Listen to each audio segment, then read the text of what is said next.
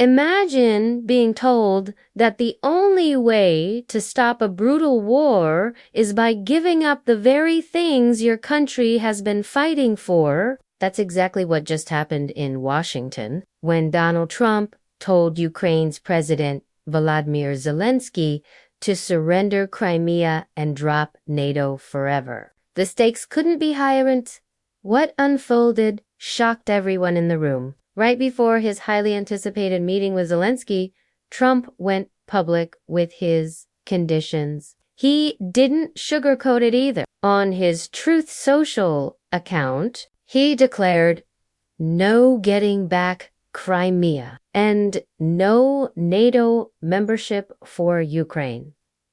Some things never change. To Trump, these 2 points are non-negotiable, and he framed them as the quickest path to ending the war with Russia almost immediately. But too many. It sounded like forcing Ukraine to sacrifice its independence for a temporary peace transition. But this wasn't just a one-on-one meeting between Trump and Zelensky. Europe was watching closely. Zelensky didn't arrive alone. By his side were some of the most powerful figures in Europe, the leaders of France, Germany, Italy, the UK, and Finland. Even the EU Commission President and NATO's Secretary General joined him in Washington, their goal to show a united front and to push for ironclad guarantees, something stronger than the paper promises that failed Ukraine in the past.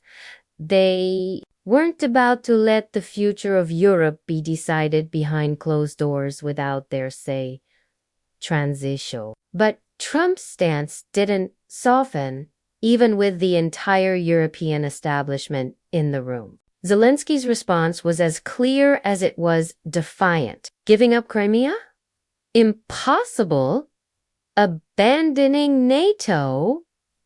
Out of the question. He told allies that Ukraine had already tried compromising with Russia before, and each time Moscow came back for more. This time, he said peace must mean real protection, not just words, and he doubled down by warning that any deal without enforceable guarantees would simply invite Russia to strike again in the future. Transition. As if to prove his point, news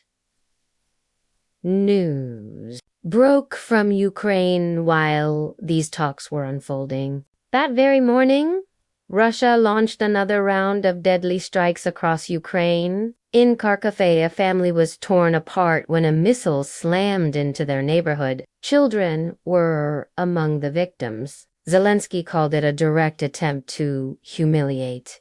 Diplomacy evidence that Russia only respects power, not promises. For him, these tragedies were a reminder that Ukraine can't afford to trade away sovereignty for peace that lasts only on paper. Transition. Still, Trump and his allies argue that his plan could stop this suffering immediately. To Trump, the logic is simple. Crimea was lost more than a decade ago under Obama without a single shot fired. In his words, there's no getting it back. And NATO membership for Ukraine, that, he insists, would only drag America and Europe into a direct war with Russia. By dropping those 2 demands, Trump claims Ukraine could secure peace and stability in a matter of weeks. Supporters say this is the art of the deal, giving up what's already gone to save lives now. Transition.